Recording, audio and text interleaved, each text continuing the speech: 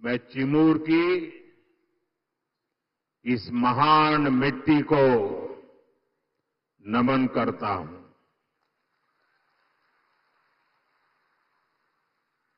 इस भूमि के गोंड सरदार वीर बाबूराव पुल्लेसूर शेळमाके को मैं नमन करता हूं।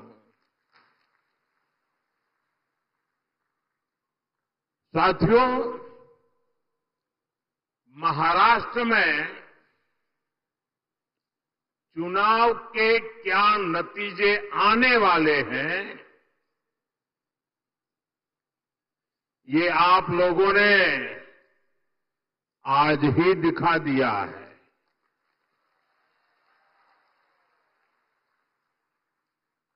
ये जन सैलाब बता रहा है कि महाराष्ट्र में महायुति की भारी बहुमत की सरकार बनने जा रही है।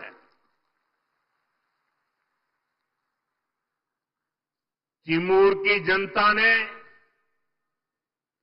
और पूरे महाराष्ट्र ने ठान लिया है, भाजपा महायुती आहे तर गती आहे, महाराष्ट्राची प्रगती आहे।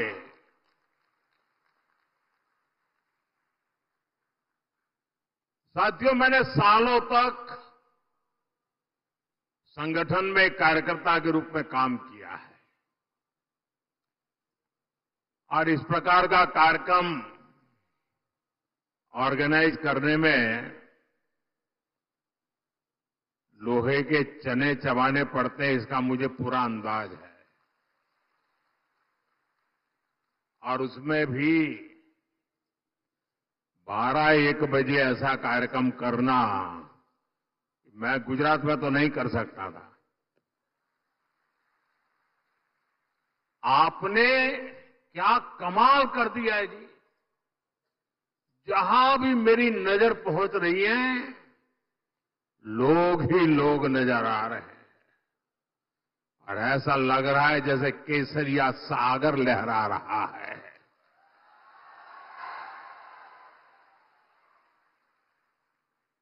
साथियों, मैं आज महाराष्ट्र भाजपा को भी बधाई दूंगा, जिसने बहुत ही शानदार संकल्प पत्र जारी किया है। ये संकल्प पत्र में लाड़की बहनों के लिए, हमारे किसान भाई बहनों के लिए, देश की युवा शक्ति के लिए, महाराष्ट्र के विकास के लिए एक से बढ़कर एक शानदार संकल्प लिए गए। एआई यूनिवर्सिटी की बात हो, वाटर ग्रिड प्रोजेक्ट हो,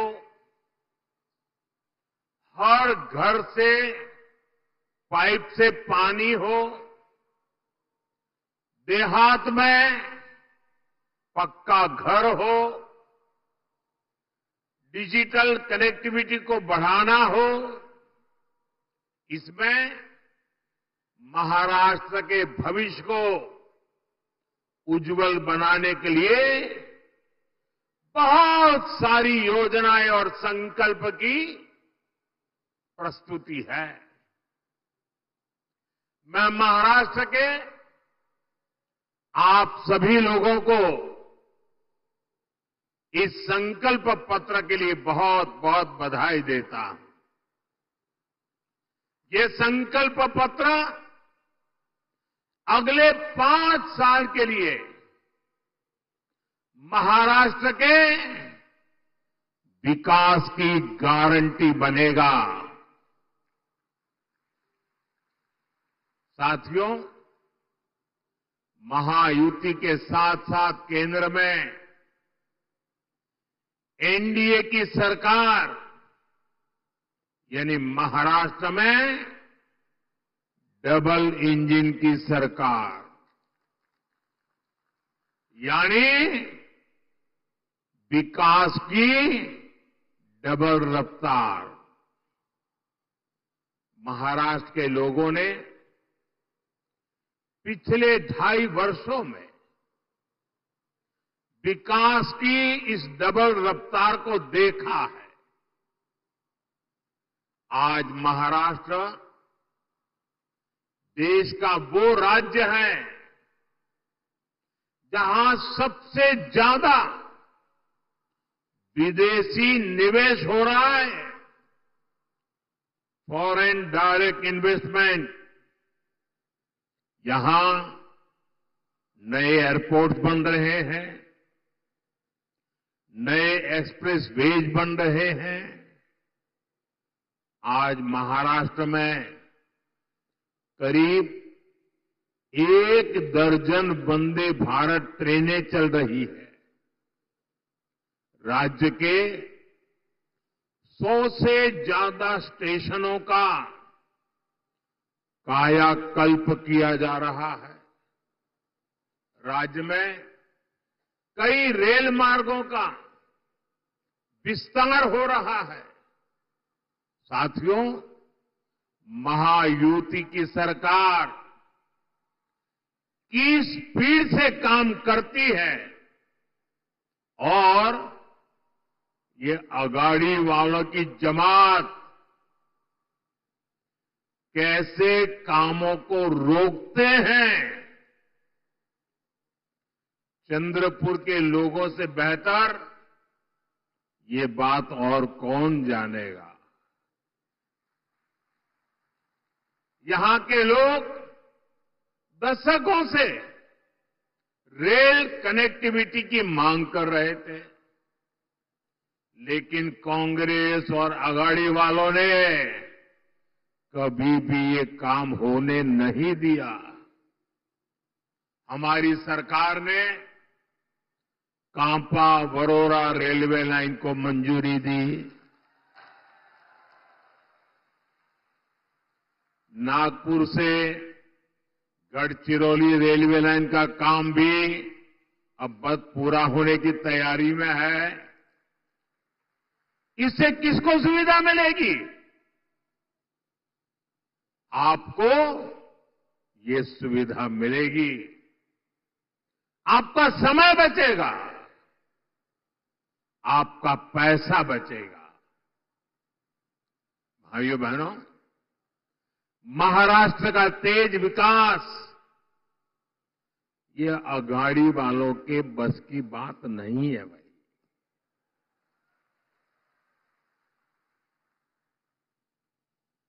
अगाड़ी वालों ने केवल विकास पर ब्रेक लगाने में पीएचडी कर दी है।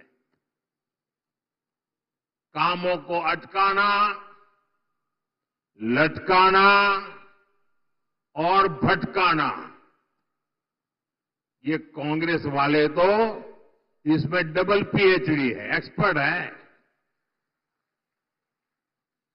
2.5 साल में इन्होंने मेट्रो से लेकर वाढवण पोर्ट और समृद्धि महामार्ग तक हर विकास परियोजनाओं को रोकने का काम किया।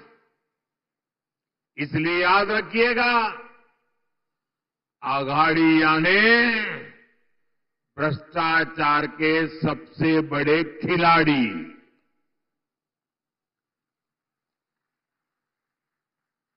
ये अघाड़िया ने खिलाड़ी, आप इन्हें दोबारा लूट का लाइसेंस मिलने देंगे क्या? जरा पूरी ताकत से बताइए, मिलने देंगे क्या? लूट करने देंगे क्या? खजाना भरने देंगे क्या? साथियों, मैं आपसे पूछना चाहता हूं, जरा पूरी ताकत से जवाब दीजिए। आप महाराष्ट्र की प्रगति पर ब्रेक लगने देंगे क्या? साथियों, कांग्रेस और उसके साथी दल हिंसा और अलगाववाद पर राजनीतिक रोटियां सेकते हैं। अभी कुछ ही दिन पहले जम्मू कश्मीर की विधानसभा में क्या हुआ, पूरे देश ने देखा है। आपने भी टीवी में देखा होगा, अखबारों में पढ़ा होगा, सोशल मीडिया में आया होगा। ये हमारा जम्मू एंड कश्मीर दशकों तक अलगाववाद और आतंकवाद में जलता रहा। महाराष्ट्र के मेरे कितने ही वीर जवान मातृभूमि की रक्षा करते करते जम्मू कश्मीर की धरती पर शहीद हो गए। और ये हालत बनी कैसे? ये पाप पनपा कैसे? जिस कानून की आड़ में, जिस धारा की आड़ में ये सब हुआ, वो धारा थी 370 और ये 370 धारा कांग्रेस की देन थी। और जैसे ही हमने 370 को खत्म किया, कश्मीर को भारत और भारत के संविधान से पूरी तरह नाता जोड़ा। हमारे देश के बहुत लोगों को पता ही नहीं है, शायद आपके लिए भी बहुत सी जानकारी पहली बार होगी। बाबा साहब आंबेडकर ने जो संविधान बनाया, जो संविधान पूरे देश ने स्वीकार किया, लागू किया, लेकिन आपको जानकर के दुख होगा कि संविधान की माला जपने वाले लोगों ने 7 दशक से भी ज्यादा समय जम्मू कश्मीर में बाबा साहब आंबेडकर के दिए हुए संविधान को लागू नहीं किया था। 7 दशक तक देश आजाद होने के बाद जब तक मोदी नहीं आया तब तक इस देश में 2 संविधान चलते थे। एक संविधान जो बाबा साहब आंबेडकर ने दिया, जिसका पालन हम सब लोग करते थे, और दूसरा विधान जम्मू कश्मीर था। जम्मू कश्मीर का हाईकोर्ट का जज शपथ लेता था, भारत के संविधान के नाम पर नहीं। जम्मू कश्मीर का मुख्यमंत्री शपथ लेता था, भारत के संविधान के नाम पर नहीं। कारण 370 की ऐसी दीवार थी जो बाबा साहब के संविधान को जम्मू कश्मीर में घुसने नहीं देती थी। ये मोदी को आपने आशीर्वाद दिया और 370 को हमेशा हमेशा के लिए हमने जमीन में गाड़ दिया। दोस्तों, लेकिन कांग्रेस वालों को, उनके साथियों को ये बात पच नहीं रही है और इसलिए कांग्रेस और उसके साथी कश्मीर में फिर से धारा 370 वापस लाकर के लागू करने का प्रस्ताव सदन में लाए हैं, सदन में पास करवा रहे हैं। जरा कांग्रेस वालों को पूछिए, उनके साथियों को पूछिए कि जो धारा 370 खत्म हो गई, जिस जम्मू कश्मीर में भारत का संविधान पैर नहीं रख सकता था, उस जम्मू कश्मीर में भारत का संविधान पहुंचा। क्या आप फिर से इसको रोक लोगे? ये लोग वो काम कर रहे हैं जो काम पाकिस्तान चाहता है। मैं जरा यहां के लोगों से पूछना चाहता हूं, क्या कांग्रेस को ये करने देंगे आप? ये करने देंगे? 370 वापस आने देंगे? जम्मू कश्मीर को हमसे दूर रखने देंगे? उनके और उनके साथियों को सजा देंगे? साथियों, हमारे चंद्रपुर के इस क्षेत्र ने भी दशकों तक नक्सलवाद की आग को झेला है। इस क्षेत्र ने क्या कुछ नहीं सहा। नक्सलवाद के कुचक्र में कितने ही युवाओं का जीवन बर्बाद हो गया। हिंसा का खूनी खेल चलता रहा। औद्योगिक संभावनाओं ने यहां दम तोड़ दिया। कांग्रेस उसके साथियों ने आपको सिर्फ और सिर्फ खूनी खेल दिए हैं। ये हमारी सरकार है जिसने नक्सलवाद पर लगाम लगाई है। आज ये पूरा क्षेत्र खुल करके सांस ले पा रहा है। अब चिमूर और गढ़चिरौली के क्षेत्र में नए अवसर बन रहे हैं। इस क्षेत्र में नक्सलवाद फिर से ना हावी हो जाए, इसके लिए आपको कांग्रेस और उसके साथियों को यहां फटकने भी नहीं देना है। मेरी बात मानोगे ना? जरा जोर से बताइए, मानोगे ना? साथियों, बीजेपी और महायुति सरकार हमारा जो सबका साथ सबका विकास का मंत्र है, उसी को लेकर के हम काम कर रहे हैं।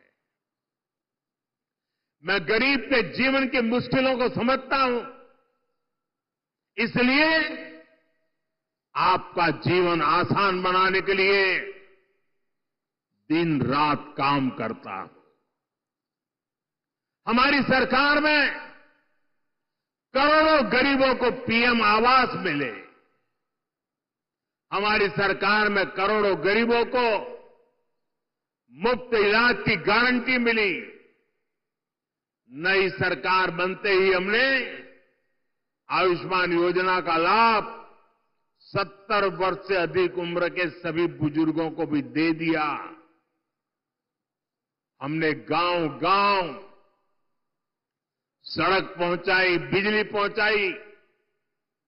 करोड़ों परिवारों को जल जीवन मिशन के तहत पानी का कनेक्शन मिला।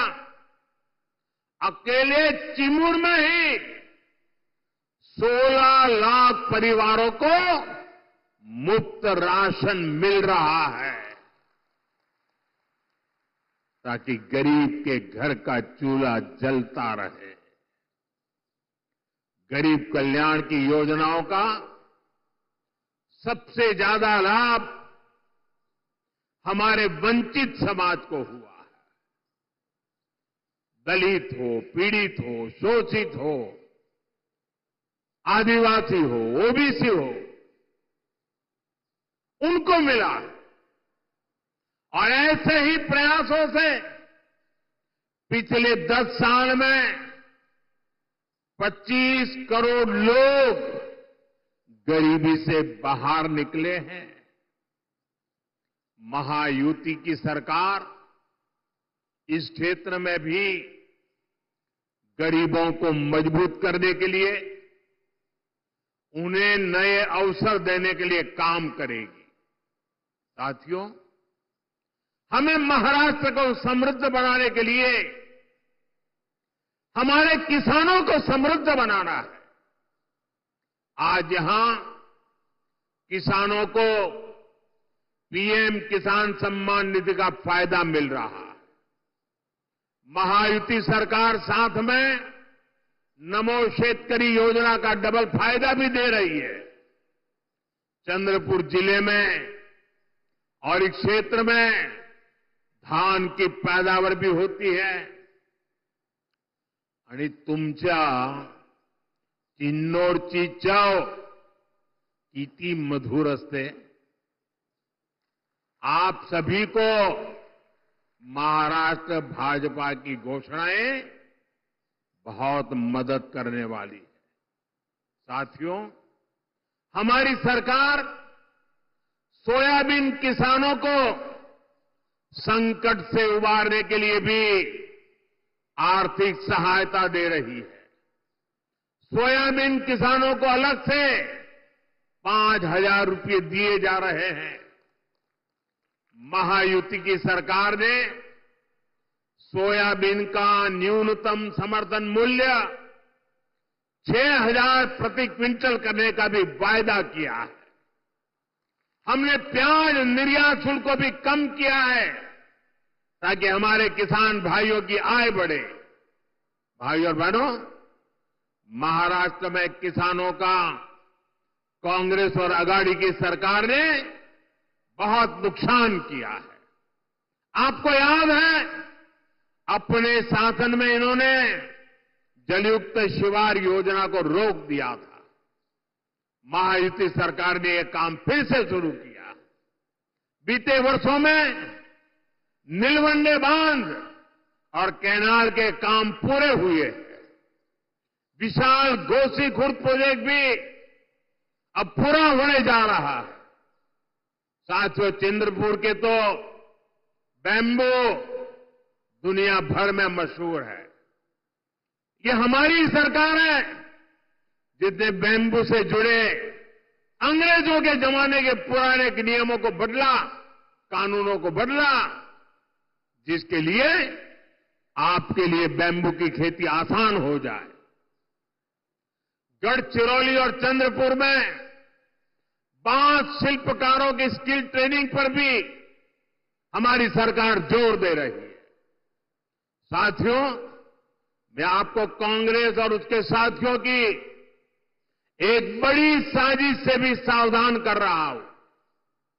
हमारे देश में आदिवासी समाज की जनसंख्या करीब करीब 10% के आसपास है। कांग्रेस आप आदिवासी समाज को जातियों में बांटकर, टुकड़े टुकड़े करके कमजोर करना चाहती है। यहां चिमूर, चंद्रपुर में भी बड़ी संख्या में मेरे आदिवासी भाई बहन रहते हैं।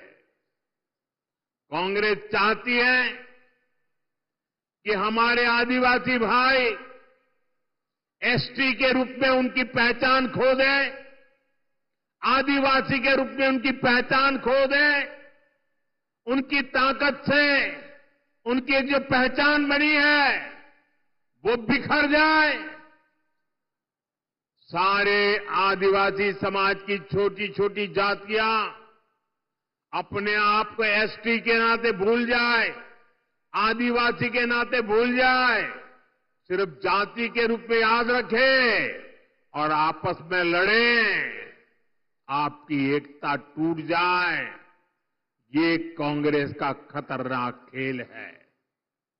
कांग्रेस गौंड समाज को राजगौंड से लड़वाना चाहती है, अरग समाज को प्रधान समाज से लड़वाना चाहती है, कांग्रेस पठारी को सरोटी से, हलवा को हलबी से, कोलम को मन्नेर बारलू से लड़वाना चाहती है। आदिवासी समाज जातियों में बटेगा तो उसकी पहचान खत्म हो जाएगी, उसकी ताकत खत्म हो जाएगी। विदेश में जाकर कांग्रेस के शहजादे खुद ये ऐलान कर चुके हैं। इसलिए मैं कहता हूं, हमें कांग्रेस के इस षड्यंत्र का शिकार नहीं होना है, हमें एकजुट रहना है। और इसलिए मेरा तो आपसे एक ही आग्रह है, हम एक रहेंगे तो सेफ रहेंगे, हम एक रहेंगे तो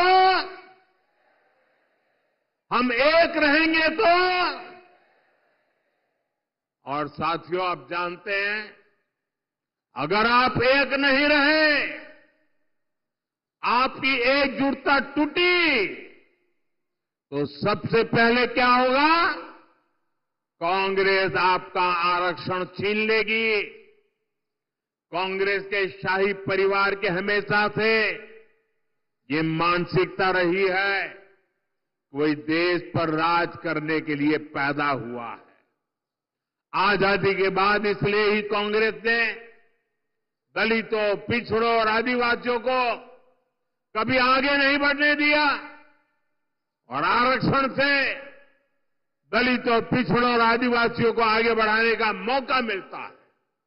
इसलिए ही कांग्रेस आरक्षण से चिढ़ती है।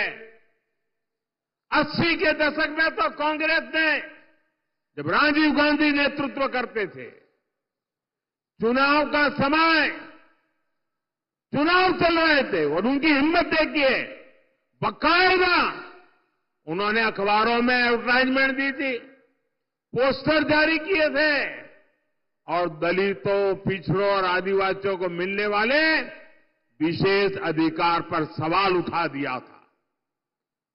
अगर आप सोशल मीडिया खोजोगे तो ये सब मिलेगा। और मैं तो यहां के पत्रकारों से आग्रह करता हूं कि जरा 84 की एडवर्टाइजमेंट खोल करके निकाल के दिखाइए इन लोगों को, कैसा पाप किया इन लोगों ने।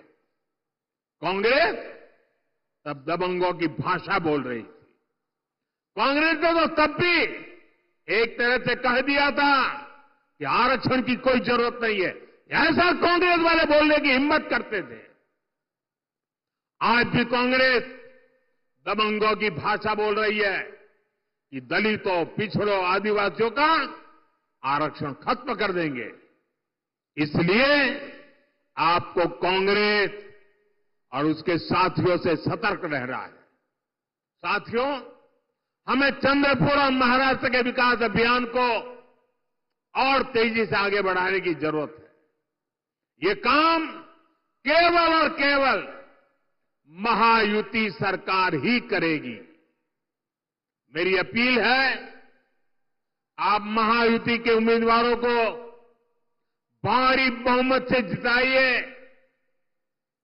और साथियों, इतना बड़ा जनसैलाब इस बात की गारंटी बन जाता है कि यहां सबकी सब सीटें आप जिताने वाले हो।